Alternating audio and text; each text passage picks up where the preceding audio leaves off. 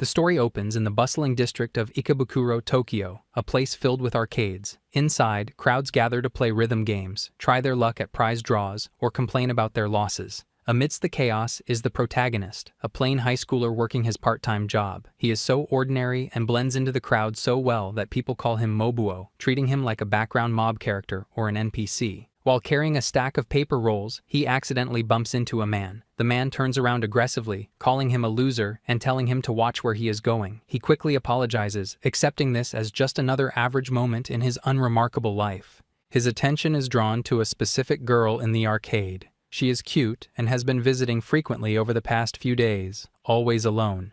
He wonders what she is after. She walks over to a crane game machine filled with lazy catfish plush toys and looks intensely through the glass. Standing behind her, he becomes flustered. Her skirt is short, and he nervously tries to avert his gaze to avoid peeking, scolding himself for his impure thoughts. She straightens up and begins to play. She manages to grab the plushie, but the catfish toy slips from the claw at the last second. She tries repeatedly, but fails every time. He observes that she looks worn out, realizing there is a trick to winning that she hasn't grasped. Just then, 3 boys approach her. Among them is the rude man he bumped into earlier. They tease her, calling her a sweet chick and offering to win the prize for her. She politely declines, saying she has it covered. However, the creepy leader slams his hand onto the machine, demanding she drop the attitude and have fun with them. Our lad recognizes the punks and realizes they are harassing her. Deciding he should call for help, he contacts the staff room with a code for trouble. However, his co-workers refuse to help, telling him to deal with it himself. As the punk gets closer, invading her personal space, she reacts with lightning speed. Like a ninja, she raises her leg and delivers a powerful kick directly to the man's face. He collapses instantly, terrifying his 2 friends. She glares at them in fury, shouting that because of that deadbeat, she just wasted 100 yen. She says she worked countless hours at her part-time job to earn it, and since he made her lose it, it's now his turn to pay the price. Terrified by her strength and anger, the remaining 2 men flee the scene. She turns around and catches him staring at her. He freezes. She demands that he give her the prize as compensation. He hesitates, explaining that he is not allowed to just hand out prizes to customers. She argues that it would be cheaper for him to just give it to her, suggesting it is a fair trade for him staring at her earlier. He apologizes for looking, but insists that it isn't a game if she doesn't actually play. She accepts this, but proposes a different solution. If he won't give her the toy, she demands that he coach her until she can win everything in the arcade, declaring that she will not let him leave until she succeeds. He is left completely flustered by the sudden demand. He protests that his shift is almost over, but she refuses to listen. She insists that he hasn't earned the right to have seen her earlier, threatening to tell everyone he was peeking if he doesn't help her. Defeated and intimidated, he bows and agrees to coach her until she wins the lazy catfish prize. He begins by explaining the hard truth about the probability machines. He tells her that no matter how skilled she is, the large 3-pronged claws only grip strongly under specific conditions set by the system. She calls it a scam, but he explains it is just how the payout rate works. He suggests she try a different machine, a bridge setup, where the prizes sit on bars, assuring her that with this machine, she can win purely on skill. Observing that she seems obsessed with the catfish character, he teaches her the trick. Trying to grab the prize directly is a mistake because the claw arms are too weak. Instead, she needs to push the prize just above its center of gravity and tip it over the bars. He demonstrates the technique, effortlessly flipping a prize into the tray. She is amazed, telling him he is better at this than he looks. She grabs his hand in excitement, causing him to freeze up in nervousness. Determined to try it herself, she turns back to the machine. Muttering his instructions, she focuses intensely. She positions the claw, aims carefully, and hits the button. The prize tips over and drops right into the box. Overjoyed, she shouts in victory and hugs him, thanking him profusely. He blushes, unable to look away from her smile, thinking to himself that her genuine happiness is the complete opposite of his own gloomy nature. Suddenly, she realizes they haven't introduced themselves. She introduces herself as Yagashi Nanora, a second-year high school student. Then, with a beaming smile, she asks him a shocking question. "Would you like to go out with me?" He stands there frozen, his face turning bright red. He is unable to process why she would ask him out so suddenly. This moment marks the beginning of the story about the gloomy boy and the energetic girl playing together in the game center. Mobuo is still fidgety, unable to get the previous day's events out of his mind. He recalls the embarrassing misunderstanding. When he thought Yaigashi was asking him on a romantic date, she slapped him to snap him out of it, clarifying she only meant hanging out as friends. He wonders why someone who seems so successful and popular would want to spend time with a loner like him. Suddenly, she appears behind him. Before he can even greet her properly, she grabs his hand and drags him into a cramped photo booth to hide. Inside the small booth, he is flustered by their proximity. She signals for him to be quiet. Through the curtain, he spots two girls in school uniforms standing just outside. She explains the situation. She is actually the school idol top of her class and a student council member. Because of her perfect reputation, it would be troublesome if her classmates saw her hanging out in an arcade, even though playing here is her secret dream. He is overwhelmed, realizing he is hiding in a tiny box with a cute girl. Suddenly, she shifts and accidentally hits a button, causing the machine to blare a loud error message. The girls outside are startled and consider calling the staff. Thinking quickly, he steps out of the booth. Acting in his official capacity as a staff member, he apologizes to the girls and claims the machine is under maintenance. They leave, disappointed but none the wiser. She sighs in relief, safe from discovery. She wastes no time getting back to business. Dragging him toward a fighting game cabinet, a classic one-on-one arcade staple, she points to a promotional poster. It promises a limited edition catfish prize to anyone who can achieve 70 winning strikes against the legendary staff. She declares she will do whatever it takes to win the catfish goods. He adjusts his glasses and reveals the truth. The legendary staff she has to beat is actually him. Surprised but undeterred, she challenges him, declaring it a match between Mob Boy and herself. She tries to land the first strike aggressively. However, he takes gaming seriously. He effortlessly counters her attack, his character slapping hers in the game, proving that her current skills are not nearly enough to defeat him. She complains that he is being too harsh considering she is a girl. He ignores the plea. In the game, he certainly wants to kill her character. He throws an ultimate pulse cannon, resulting in an instant KO. She mutters that he is too strong and accuses him of cheating because he is a staff member. He denies it, asking if she even knows how to play properly. He realizes she is just button mashing without thinking and offers to teach her the basics. She agrees, noting that revision is important. He explains the basics. Choose an easy character, reduce the opponent's HP to 0, and learn how special skills work. He says pro gamers practice until the controls become automatic, just like studying or playing sports. Then he introduces the ultimate special move, a powerful attack that can be used when the power gauge is full and can change the flow of a match. However, the inputs are hard and the timing must be perfect. If the opponent blocks it, the damage is wasted. She claims to understand. In the next round, she actually manages to hit him. He is impressed by her intuition and fast learning. She notices her gauge is full and prepares to enter the command for her killing technique. She unleashes the attack, but he anticipates it. He dodges with a Phoenix fan kick and blocks her follow-up. He punches her character, resulting in another loss for her. He warns her not to be careless when executing skills. She demands another round but continues to lose. She realizes that no matter how hard she tries, she keeps missing one button in the complex sequence because she needs to press them all at the same time. Suddenly, she gets an idea and challenges him again, declaring she will definitely win this time. He accepts, warning he won't go easy on her. As the fight begins, he wonders what she is planning. She decides that to execute the command before he guards, she needs to hit every button simultaneously.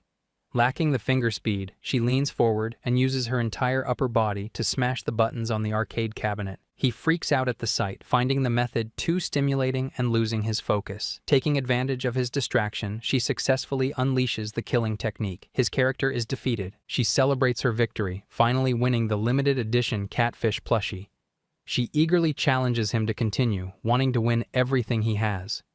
Recovering from the shock, he notes that the same trick won't work on him twice. At the arcade, Yaigashi approaches him the following day, in a panic, crying out for help. She points to a rhythm game called Dancing Evolution, a game where players step on arrows in time with the music. She explains that she cannot beat it, and today is the last day to win a lazy catfish prize by achieving 7 life points on a song. She gets so close to him while begging for lessons that he starts sweating. Despite needing to work, he eventually agrees. He asks her to play around so he can observe her technique. As the music starts, she taps the tiles energetically. He watches, flustered, noting that while she dances well, she is drawing a lot of attention from the crowd. When the song ends, she asks why he is grinning. He quickly denies it, explaining he was just analyzing her moves. She points out that she is still 2 life points away from the prize and asks for advice. He explains the key factors for a high score: stepping accurately and maintaining a combo by not missing arrows. He advises her to focus on the rhythm rather than just visually tracking the arrows. He identifies her main mistake: she is using the same foot for the same arrows. He demonstrates the hardcore gamer method, showing her how to alternate feet to keep up with the pace of complicated songs. He tells her that she cannot just move her feet individually, she has to actually dance. Understanding the advice, she declares she will nail the high score.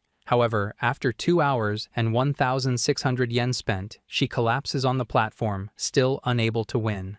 Panicking because she is out of money and the arcade is about to close, she asks him what to do. Seeing her desperation, he suggests a different tactic: holding the safety bar behind her. He explains that resting her weight on the bar can make foot movement easier and boost her score, even if some players consider it a crutch. With no time left, she decides to try it. Holding the bar, she starts the final attempt. She immediately feels the movement become easier and the crowd begins to cheer for her awesome performance. Suddenly, a ripping sound tears through the air. Her skirt has slipped and torn. She tries to cover herself but refuses to stop dancing, shouting at him to do something because there is no time left. Flustered and nervous about touching her, he rushes forward and grabs her skirt to hold it up. Despite the incredibly awkward situation, she continues to dance. With his help, she finally crosses the 7 life point threshold and wins the prize. The next day at the arcade, he notices a disturbing sign on the wall announcing that there had been a recent assault inside the arcade and that management asks for eyewitness reports. Reading it, Mobuo thinks to himself that he had better be careful. Suddenly, someone presses the barrel of a gun against his back. He freezes in terror, wondering if he is the next victim. He slowly turns around, only to find Yaigashi holding a plastic light gun, grinning mischievously. He sighs, telling her that she scared him. She laughs and drags him toward a specific machine. She declares that she has found a game she likes, and if he loses, he has to do whatever she says for the rest of the day. It is a classic rail shooter where players fight off approaching zombies. She claims that she isn't scared to play alone, but argues that it wouldn't be right to leave a damsel alone in a dark place. He translates this in his head. She is terrified of the horror atmosphere and needs a bodyguard. She looks up at the cabinet, asking what the vents are for. He explains that it is a 4D cabinet. The device blows wind, and the seat shakes to add extra immersion. They sit down, and the game begins. The setting is an abandoned hospital. Immediately, she cowers behind him, using him as a human shield. He points out that blocking his view makes it harder to play. He offers some basic tips: watch the life bar, aim outside the screen to reload, and aim for the head to conserve ammo. Just then, an enemy attacks on screen. She freaks out and fires wildly. He coaches her to aim for the weak points. She manages to kill a zombie and cheers, thinking she has mastered it. He warns her that it isn't over. As they advance, a horde appears, and despite their efforts, the game over screen flashes. She panics, asking if the game is too hard. He explains that arcade games are designed to be beaten by memorizing patterns and by spending money. As long as they have coins, they can continue immediately. She nods, pulling out her coin purse. She declares she will pass this level no matter the cost, paying for both of them. After spending a small fortune, they finally reach the boss. The enemy is incredibly strong. He suggests there must be a hidden item nearby to help them win. While he holds off the boss, she scans the screen and spots a small power-up bottle. She reaches for it, but their health hits 0. The dread continue. Countdown begins. 9, 8. She grips the controller, shouting that they were so close. She looks for a coin, but the change machine is too far away, and he has no money left. Then she remembers the spare change in her bag on the seat beside him. In a panic to beat the timer, she lunges across him to grab the bag. In her haste, she slips and falls face first directly into his lap.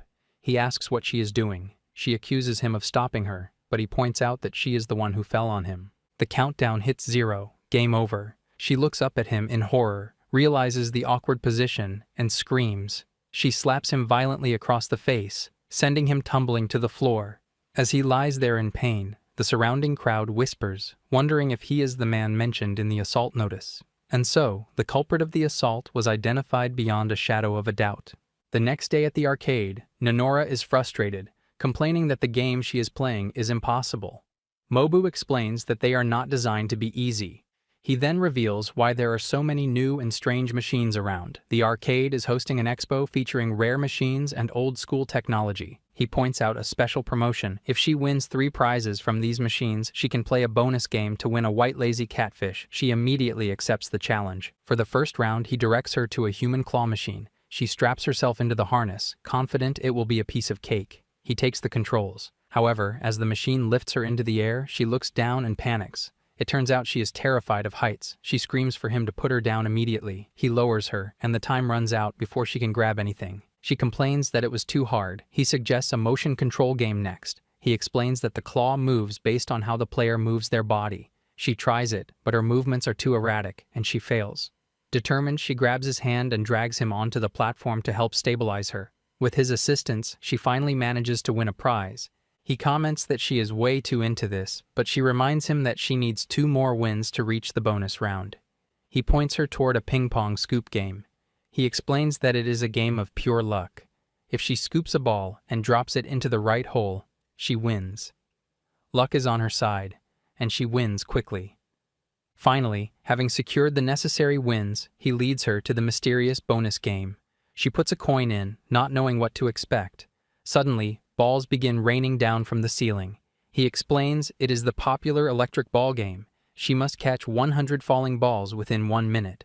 Realizing she cannot do it alone, she grabs him and pulls him inside the booth, demanding his help. He sighs, but crouches down to help gather the balls. In the cramped, chaotic space, he becomes incredibly flustered watching her scramble around. As the timer ticks down, she shouts that they are almost there. In her haste to grab the final balls, she accidentally touches him in an awkward spot. He freezes, face burning red. In the end, she successfully obtains the precision limited edition item, while he feels he has lost something precious, likely his dignity. The following day, she sits in the driver's seat of a racing game and orders him to hop into the adjacent unit. He feels unable to refuse and obediently sits down, though he internally grumbles that she never lets him say no. Mobu notes that it is a kart racing game, a genre that combines the thrill of driving with the tactical use of items to hinder opponents. The track she chooses is a beginner course with barriers to prevent falling off, ensuring she won't lose easily. She confidently claims that racing games are her specialty. He feigns modesty, saying they aren't really in his wheelhouse, and predicting she will win.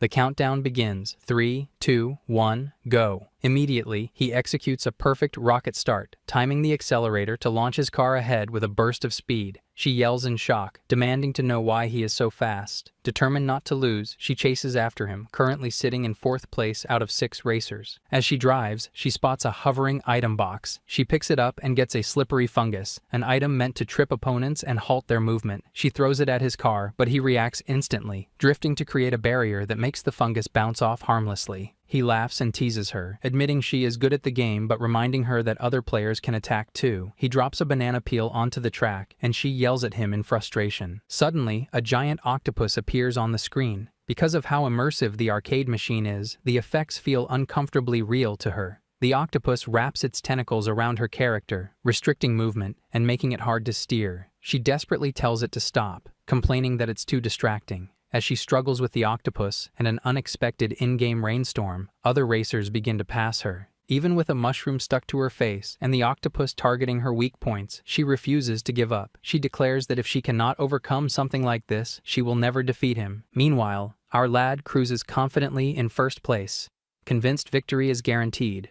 He briefly wonders how she is doing behind him, unaware that she has pushed through every obstacle and is right on his tail. Suddenly, his tires slide on a banana peel, likely the one he dropped earlier. His car flips, and she speeds past, crossing the finish line in 1st place. He turns toward her in shock, startled by her disheveled looks in the game. But Yagashi tells him to relax, since it is only a racing game. Just like always, Yagashi arrives and clings to his arm, begging him to play. He sighs, thinking that this routine feels like it will last forever. He tries to reason with her, reminding her that he is an employee and cannot play all the time. She insists she only needs a little bit of his time. Just then, a girl walks into the arcade, changing the atmosphere completely.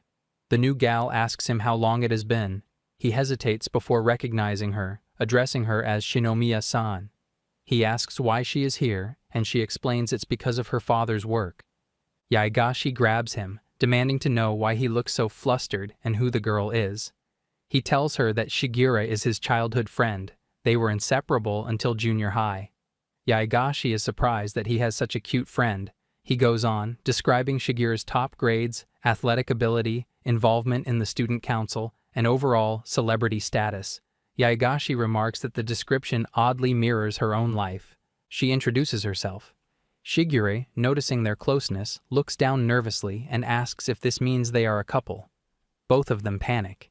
Yaegashi kicks him, insisting she would never date someone like him. While he writhes on the ground, Shigure recalls that they used to play games together long ago, hinting at their shared history. Sensing a challenge, Yaegashi proposes they play together. Shigure agrees and suggests a medal game duel, where each player starts with 10 medals and whoever ends with the most wins. Mubuo is chosen as the judge. The duel begins. Yaegashi plays cautiously on a coin pusher machine, steadily increasing her pile to 15. When she checks her opponent, she finds Shigure slumped on the ground in despair with only one token left. Shigure looks at him pleadingly, and he steps in to help, nostalgic for their past. Grateful, she beams at him. Yaegashi yells at them to stop, vowing to crush her opponent so thoroughly she won't wake up for weeks. Fueled by jealousy, her medal count quickly jumps to 820. Shigure asks what to do next. At that moment, Yaegashi trips over a bar. He reaches to catch her but freezes mid-motion, while Shigure bets her final token on a high-stakes slot. Time passes.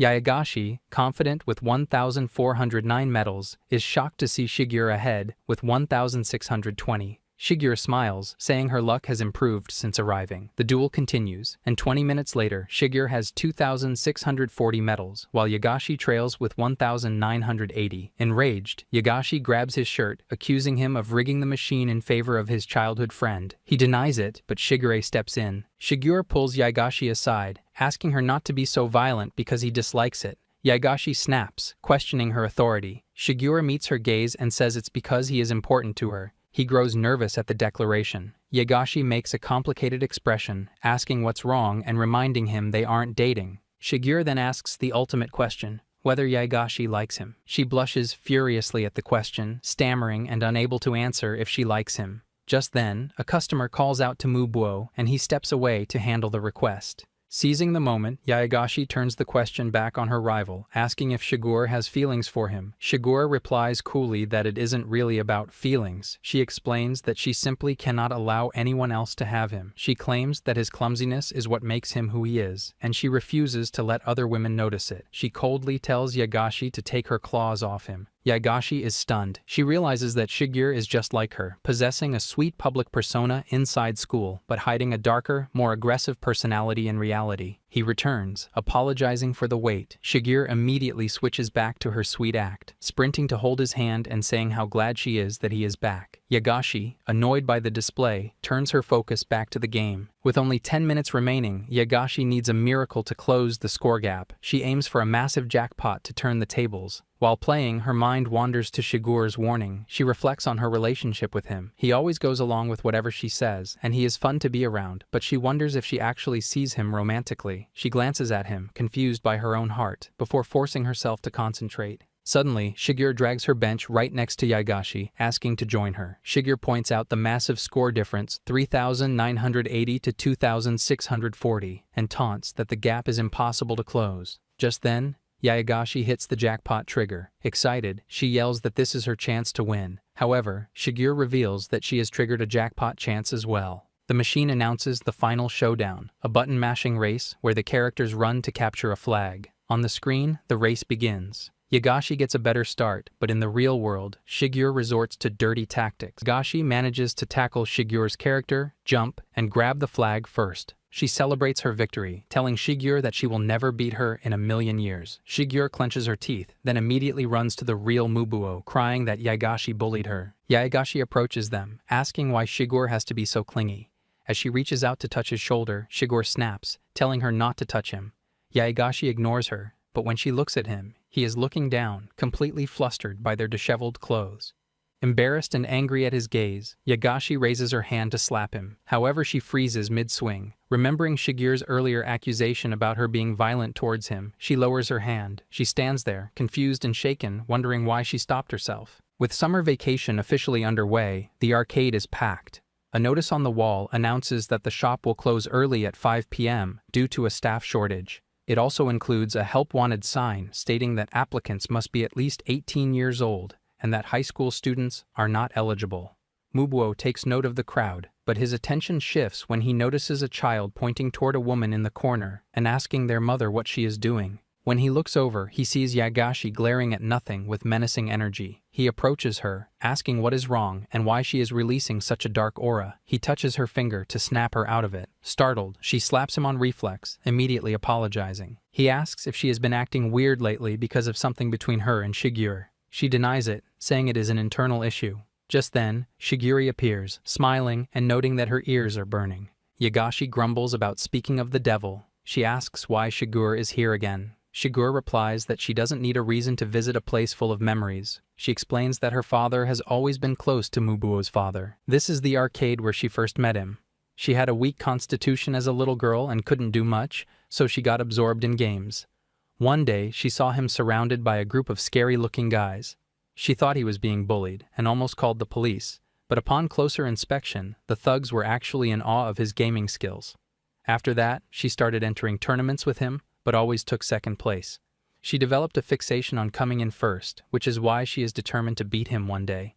Shigure holds his hand while declaring victory. He blushes. Yagashi, watching them, points out that despite the long story, it sounds like Shigure just has feelings for him. Shigure denies it, claiming it is purely game-driven rivalry. She challenges Yagashi to a contest on the drum rhythm game, Taiko no Tatsujin. Yagashi accepts. The game requires striking the drum in time with the music. However, Shigure wins decisively. Yagashi yells that it is cheating because Shigure is using custom, high-performance drumsticks. Shigure points out there is no rule prohibiting them. Seeing Yagashi upset, he intervenes. He offers her his own custom sticks. He explains they are weighted for him, but they should make the game manageable and put her on equal footing with Shigure. She takes the sticks, thanking him. As she holds them, she wonders about the strange, nagging feeling in her chest that has been bothering her since the other day, an emotion she cannot quite name. Using his sticks, she declares she will never lose again. They play a second round. Although she gets much closer, she still loses to Shigure. Yagashi is frustrated, claiming she would have won if she had given her all. Shigure laughs, saying only losers make excuses. They prepare for another round, but he stops them, reminding everyone that the arcade is closing early today. Yagashi complains about the lousy timing. Shigure suggests they just go upstairs since it has been a while. He agrees. Yagashi asks what is upstairs. Shigure looks surprised that she is out of the loop and reveals the truth. Mubuo lives right above the arcade because it is run by his father. Yagashi is amazed. This revelation explains everything that didn't add up before, specifically how a high schooler under 18 was allowed to work there and how he acquired custom gear so quickly. It turns out it is a family business. They move to the employees-only section. Yagashi teases him, calling him a big shot, but he humbly explains that the business belongs to his father, not him. He opens the gate and welcomes them inside. As the girls enter, he reveals that this storeroom is actually his bedroom. Yagashi is shocked to see the space filled with old-fashioned gaming cabinets. He explains that he collected them over time, turning the storage area into his personal arcade. She thinks that if he grew up in a place like this, it is no wonder he is so good at games. He shows off a vintage machine, explaining that it is a rarity these days. It is a mechanical game where the player puts in a 10-yen coin and flicks it like a ping-pong ball to reach a goal. He notes that these machines are the reason older arcades often have changers that dispense 10-yen coins. He reflects on how arcades mirror the current era, with games, systems, and prizes constantly changing, admitting that one of the reasons he works here is to watch that evolution up close. Shigure listens intently, calling his passion admirable. While he talks, Yagashi gets distracted. She suddenly realizes the implications of the situation. She is in a guy's room for the first time. She realizes she is sitting on his bed, the place where he sleeps every night. Her imagination runs wild, visualizing him and her getting close, and even imagining Shigure joining in. Flustered by her own lewd thoughts, she panics and reflexively slaps him in the face. He and Shigure are confused. Shigure asks why she is acting so strange lately. Yagashi quickly insists that nothing is wrong. To distract herself, she picks up a yearbook lying on the desk. She finds a picture of a young Shigure and comments that she hasn't changed a bit. Yagashi then searches for Mubuo's picture. When she finds it, she's surprised to see his real name written there, Edo. She remarks that it is an uncommon name. He agrees, noting people often say that. Just then, Shigure finds a ticket on the desk. It is a pass for a game expo being held tomorrow. He explains it is an industry event for testing the latest machines and hardware. Immediately, both girls shout, "Take me, please!" He scratches his head, admitting he only has one extra guest ticket. The girls instantly turn back into rivals. They decide that a final battle will determine who gets to go. Yagashi declares she will win, while Shigeru vows to defeat her. The chosen game is Space Invaders. The goal is to evade alien attacks while shooting back to accumulate points. Shigeru steps up first. She plays skillfully, dodging fire and clearing waves. She finishes with a healthy score of 18,200 points and stands up confidently, believing she has little to worry about. Yagashi takes her turn. She remains completely silent and expressionless. Inside, she knows she has already won. She employs a famous exploit known as the Nagoya attack. She positions her ship exactly 1 unit away from the aliens. Due to a coding quirk, the enemy's shots cannot hit the player at that specific range. Making perfect use of this blind spot, she obliterates the aliens with precise timing. She finishes with an overwhelming victory, scoring over 100,000 points. She celebrates her win, but then the reality hits her. Winning the ticket means she has to go on a date with him tomorrow. Here I am, know it's been a while.